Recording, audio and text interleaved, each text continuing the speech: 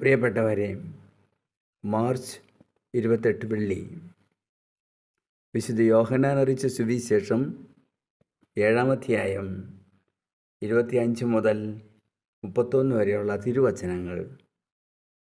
ഈ ദിവസങ്ങളിൽ കൂടെയെല്ലാം സുവിശേഷത്തിൽ നമുക്ക് ഒരു വചനം കേൾക്കാൻ കഴിയുന്നുണ്ട്.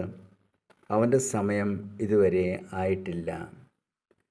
ഇവിടെയും ജെറുസലത്ത് ആളുകളെല്ലാവരും ഒരുമിച്ച് കൂടി പറയുകയാണ്, ഇവനെയല്ലേ, യേശുവിനെ ഓർത്താണ് പറയുക, ഇവനെയല്ലേ അവർ കൊല്ലാൻ അന്വേഷിക്കുന്നത്.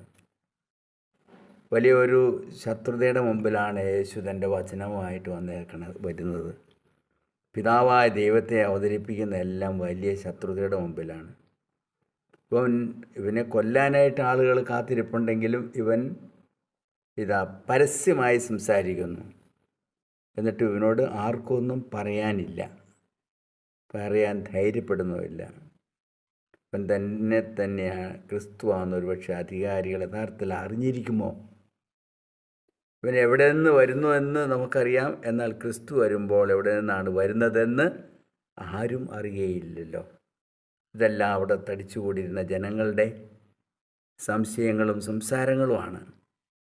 ദേവാലയത്തിൽ പഠിപ്പിച്ചുകൊണ്ടിരിക്കുമ്പോൾ യേശു ഉയർന്ന സ്വരത്തിൽ പറയാണ്, എല്ലാവരും കേൾക്കത്തക്ക രീതിയിൽ പറയുന്നു, ഞാൻ ആരാണെന്നും എവിടെ നിന്ന് വരുന്നുവെന്നും നിങ്ങൾക്കറിയാം.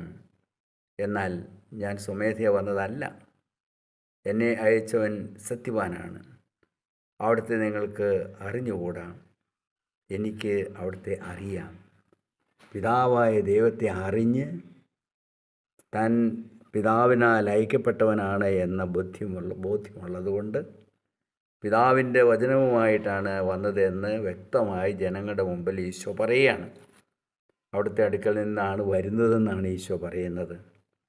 അവിടുന്നാണ് എന്നെ അയച്ചതെന്ന് പറയുന്നുണ്ട്. അങ്ങനെ ഉള്ള ഈ അവസരത്തിൽ യേശുവിനെ ബന്ധിക്കാനായിട്ട് പലരും തയ്യാറായി. എന്നാൽ അവനെ പിടിക്കാനായിട്ട് ആർക്കും കഴിഞ്ഞില്ല. എല്ലാ കാര്യങ്ങൾക്കും ഒരു ദൈവ പരിപാലനയുണ്ട്, ഒരു ദൈവനിശ്ചയമുണ്ട്. ദൈവം അറിയാതെ ഒന്നും സംഭവിക്കുകയില്ല മനുഷ്യൻ്റെ ജീവിതത്തിൽ.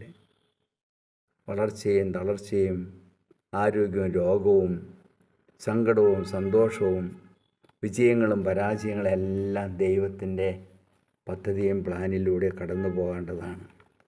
എല്ലാം ദൈവനിശ്ചയമായിട്ട് നമുക്ക് സ്വീകരിക്കാൻ സാധിക്കുകയും ചെയ്യണം.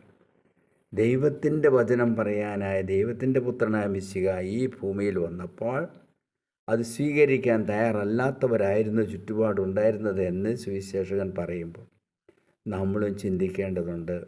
നമ്മുടെയും വിശ്വാസ തലത്തിലും വചനത്തിൻ്റെ സ്വീകാര്യതയുടെ തലത്തിലും ഒക്കെ എത്രയോ പിന്നിലാണ് നമ്മൾ നിൽക്കുക.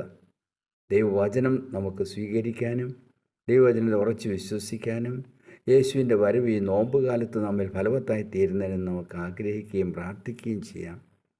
എപ്പോഴും ഒരു ഓർമ്മ വരട്ടെ, കർത്താവേ, നീ ഞങ്ങളിലും ഞങ്ങളുടെ കുടുംബത്തിലും വസിക്കണമേ, എഴുന്നള്ളി വരണമേ എന്ന് നമുക്ക് ചിന്തിക്കുകയും സമർപ്പിച്ചുകൊണ്ട് പ്രാർത്ഥിക്കുകയും ചെയ്യാം. നമ്മുടെ കർത്താവ് ശോമിശിഹായുടെ കൃപയും പിതാവായ ദൈവത്തിൻ്റെ സ്നേഹവും പരിശുദ്ധാത്മാവിൻ്റെ സഹവാസവും വിശുദ്ധ യാവർ പിതാവിൻ്റെ സംരക്ഷണം ഉണ്ടായിരിക്കട്ടെ, ഇപ്പോഴും എപ്പോഴും എന്നേക്കും. ആമേൻ.